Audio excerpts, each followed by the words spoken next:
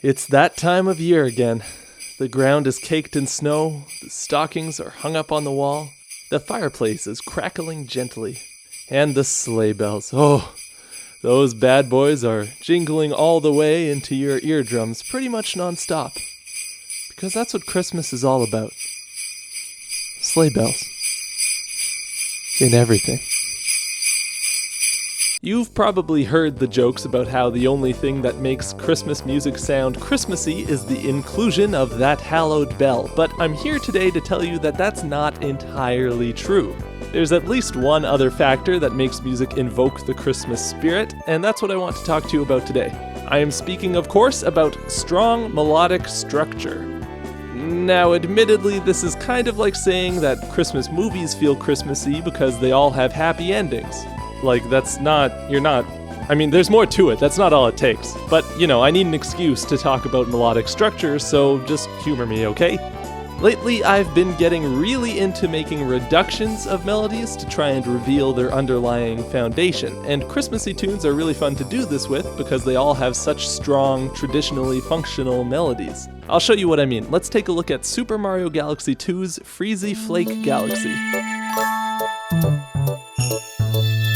A melodic reduction is when you take a melody and shave off all of the unnecessary notes, leaving only the foundation that the melody is based off of. Once you do this, it becomes easier to see how a melody is acting. For instance, we know that the 5th scale degree in any given key is going to feel compelled to jump up or down to the tonic. So in this melody, which is built off of this basic foundation, the composer clearly wanted to create musical momentum by constantly coming back to our 5th. This note feels unresolved, but it's also part of the tonic triad. So we get to have our jolly consonant Christmas tune with the tonic triad while still making sure the music feels like it has somewhere to go by leaning on the 5th. This section is split into 4 phrases, with the first 3 each accenting the 5th heavily before the last phrase gives us this minor mode walk-up that finally resolves cleanly to our tonic. This flat 6, flat 7, 1 move is a clear reference to the classic Mario cadence.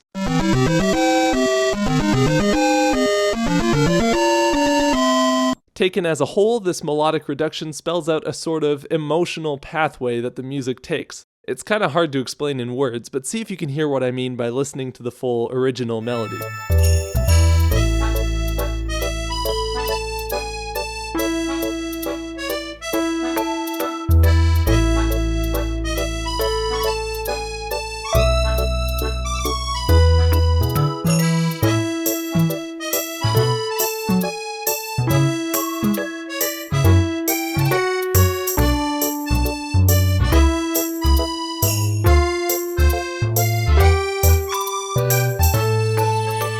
The basic underlying musical idea behind the bridge for this tune is a little more straightforward. It's just a simple walk around the circle of 5ths, starting on our 6th scale degree and cycling through until we hit our 3rd.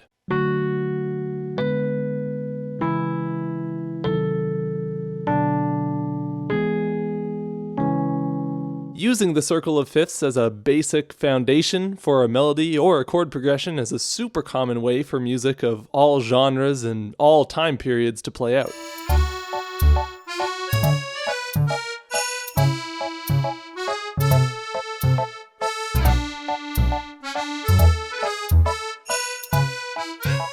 It's also interesting to note that sometimes the melody and harmony of a tune contrast each other on the structural level. For instance, the structure underneath the last phrase very clearly implies a 4 minor 4 1 5 1 progression. This is a super strong chord progression with a nice arc of tension and resolution.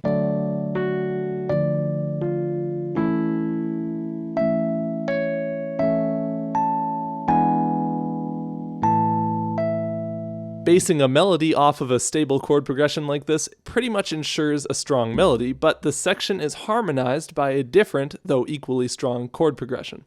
The implied 4 to minor 4 is reharmonized as a 2-5 with a flat 9, and the implied 1-5-1 is instead harmonized as the much jazzier 1-6-2-5-1.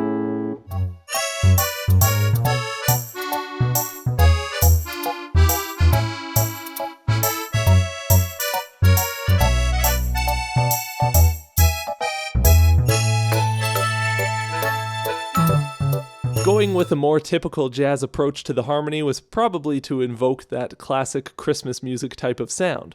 That's all well and good, but when making one of these melodic reductions, how do you know which notes in a melody are unnecessary and which notes are foundational? To show you, let's go through Super Mario 3D World's Snowball Park theme together.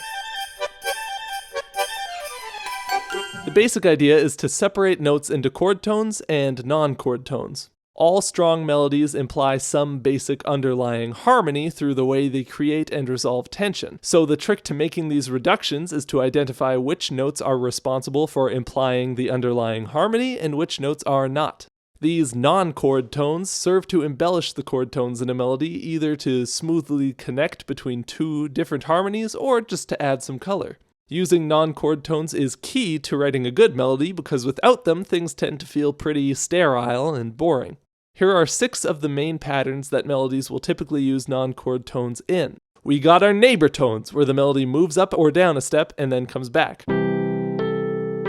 We got our passing tones, where the melody walks up or down by step to fill in the space from one chord tone to the next.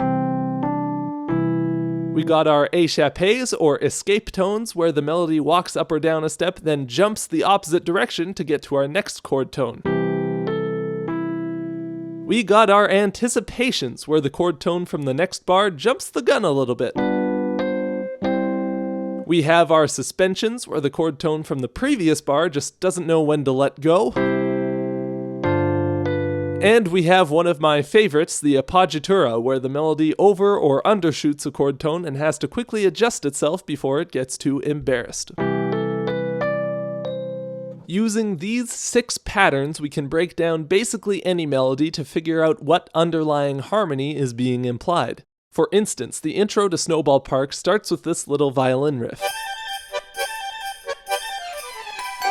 This is the dominant of our key, G, decorated by a neighbor tone moving up to A and then back. So we can remove these A notes without affecting the structural integrity of the melody. We can also remove this A and A flat as they're simply acting as passing tones in between the B and the G that they're stuck between. Removing those, we start to see a structural foundation, a simple outline of a G triad, the dominant chord in our key of C.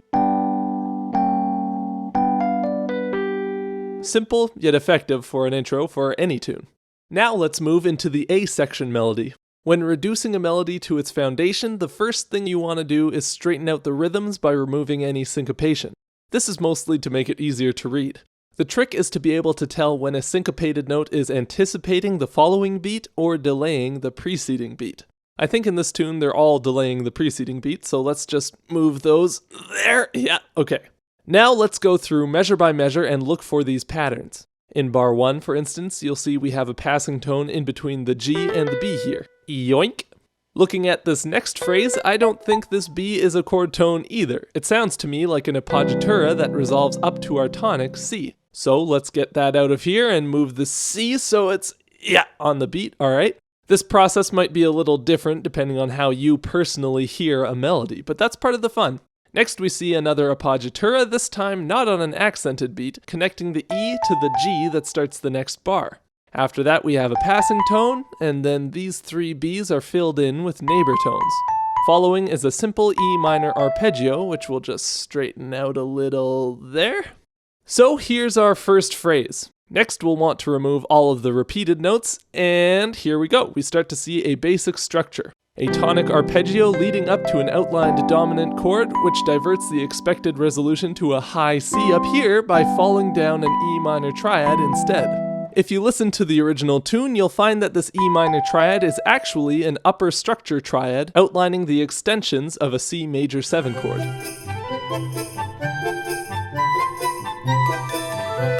Which means that this melody basically boils down to an elaboration of a 1-5-1 chord progression. Now, most of the melody is built off of this exact phrase, so reducing the rest of it will go much quicker. Note how the next phrase ends on the major 7th instead of falling down to our 3rd E.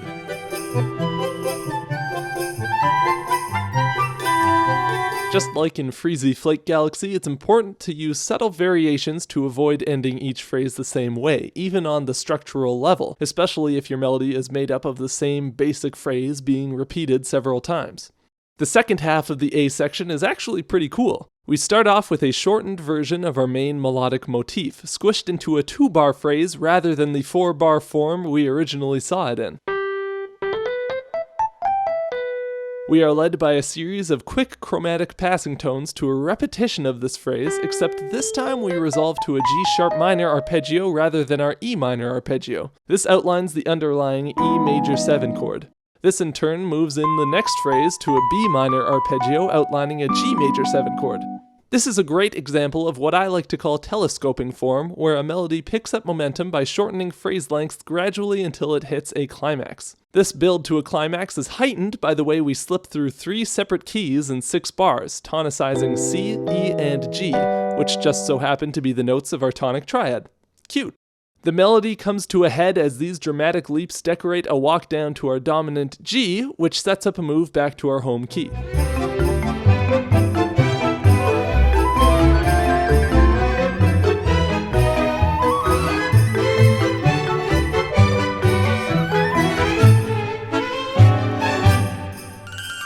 Now, I just find this process fun to do on its own, but it actually can help you out with writing your own melodies. For one, you can see exactly how composers turn a boring melody that makes a lot of sense into a charming melody with its own unique character, all by how they use rhythms and non-chord tones to embellish a strong foundation. We can also learn a lot about how to structure a melody. This tune's structure of taking a phrase, repeating it with a slight variation, then repeating it in shorter and shorter forms, moving towards a melodic climax is a technique that's been used for centuries.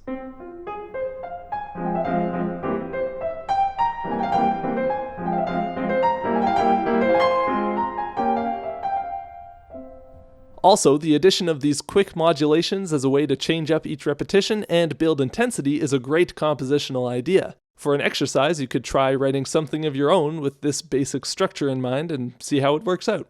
I really do just enjoy going through this process, so thanks for letting me share it with you guys.